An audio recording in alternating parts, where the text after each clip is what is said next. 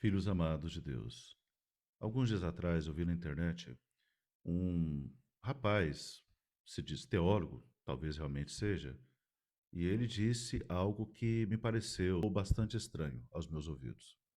Bom, ele disse que quando nós recebemos a Eucaristia, nós não podemos deixá-la desmanchar em nossa boca e também um cuidado especial a mastigar, porque pode acontecer que deixa de subsistir aquilo que é próprio da Eucaristia. A fala dele está ali ligada ao Catecismo da Igreja Católica, número 1377, que vai dizer o seguinte: a presença eucarística de Cristo começa no momento da consagração e perdura enquanto a espécie eucarística subsistir. Só que existe um erro gravíssimo aí. A pessoa está considerando a naturalidade da ação e não a sobrenaturalidade da ação. E aqui existe uma diferença muito grande. Quando nós falamos dessa naturalidade da ação, nós estamos falando naquilo que é visível aos nossos olhos, aquilo que é sensível a nós. Quando nós falamos de Eucaristia, nós não podemos considerar simplesmente a naturalidade, mas a sobrenaturalidade. O que o Catecismo da Igreja Católica está deixando muito claro é que, infelizmente, essa pessoa não entendeu e talvez por isso falou esse absurdo. O que está dizendo é o seguinte: que a presença eucarística de Cristo começa na consagração. O padre, ele vai dar a bênção, tem evocação do Espírito Santo, é pela permissão do próprio Cristo. Naquele momento, o padre, ele está em persona Christi, é a própria presença de Jesus naquele momento.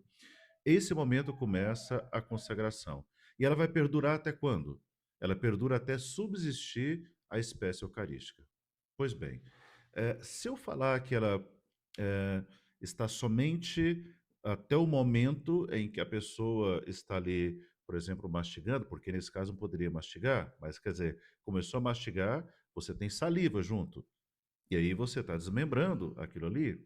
Quer dizer, não é corpo, não é sangue, voltou a ser ósseo novamente? Não, não é isso que o catecismo está dizendo. Porque se nós vamos lá no Evangelho de São João, capítulo 6, versículos 53 a 55, Jesus ele vai dizer que o meu corpo é verdadeira comida, o meu sangue é verdadeira bebida. E para falar em comida, ele vai utilizar o termo em grego que é o termo troian. Troian significa comer, mastigar. Bom, então Jesus cometeu um grave erro. Então Jesus mentiu. Opa, então Jesus ele se tornou herege dele mesmo? Não. O mais interessante é que a quantidade de pessoas que nós encontramos nos comentários falando obrigado por avisar, eu não sabia disso, nunca me ensinaram isso. Obviamente, nunca te ensinaram isso, por quê? Porque isso não existe. Você pode receber a Eucaristia, ela pode desmanchar na sua boca.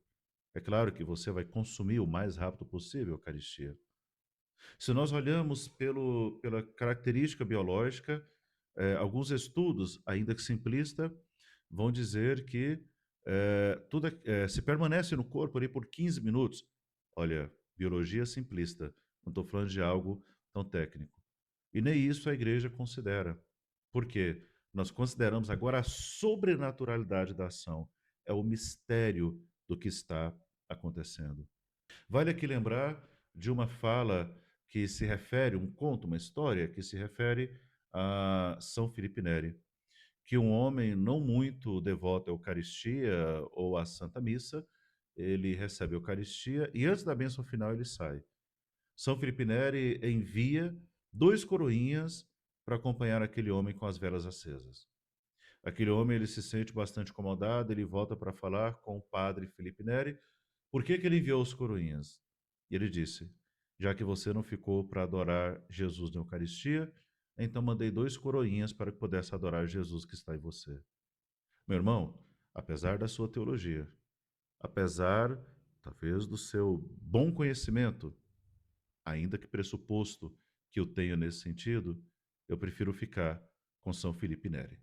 Então, não existe na doutrina da Santa Igreja Católica, não existe nada relacionado ao sacramento da Eucaristia que afirme que você que recebeu a Eucaristia não pode mastigar, não pode comer, né? É verdadeira comida, é carne, é verdadeira comida. Ou ainda, se você estiver ali dissolvendo na boca, inclusive algumas pessoas recebem a Eucaristia por uma questão de dificuldade que a pessoa tem para engolir, ela ainda assim precisa deixar a Eucaristia ficar um pouco mais mole, né? O que vai ficar parecendo que, nesse caso, a Eucaristia funciona assim. É assim que eu entendi a fala desse irmão, teólogo, de que se de um lado a Eucaristia é corpo, sangue, alma e divindade, como está no Catecismo 1374, então significa que quando você engoliu ele já não é mais corpo, sangue, alma e divindade. Porque ao engolir a Eucaristia, ela vai separar, é muito próprio daquilo que faz o estômago e depois todo o papel do intestino. Não. Estamos diante de um grande mistério. E diante de um grande mistério, nós não vamos querer retirar a sobrenaturalidade que existe através de uma ação que é natural. Quanto tempo o padre fica? 15 minutos, 20 minutos, 30 minutos, 50 minutos, uma hora? Não, isso não importa. O que importa é que nós recebemos a Eucaristia e que a ação que essa espécie eucarística vai subsistir em nós não precisamos preocupar com esse tempo. Precisamos preocupar em ter uma vida santa. Até mesmo porque, se você não estiver em pecado mortal, você vai perceber os efeitos da Eucaristia que você recebeu há um dia, há 2 dias, há uma semana, ou até mesmo há um mês. Para finalizar, gostaria de fazer uma leitura do Catecismo de Trento. Vai dizer: os pastores hão de explicar que nesse sacramento se contém não só o verdadeiro corpo de Cristo, e tudo o que constitui, tá aqui o catecismo, e tudo o que constitui realmente o corpo humano, como ossos e músculos, mas também Cristo todo inteiro. Devem dizer que Cristo é um nome que designa o homem-Deus, isto é, uma única pessoa, e no qual se ligam as naturezas divina e humana. Olha que interessante, ele vai dizer, o Catecismo de Trento, que é, entender a Eucaristia é entender que é Cristo por inteiro, inclusive ossos e músculos. Meus irmãos, cuidado com tudo com que você vê na internet. Nem tudo que você encontra na internet com o nome de católico é tão católico assim.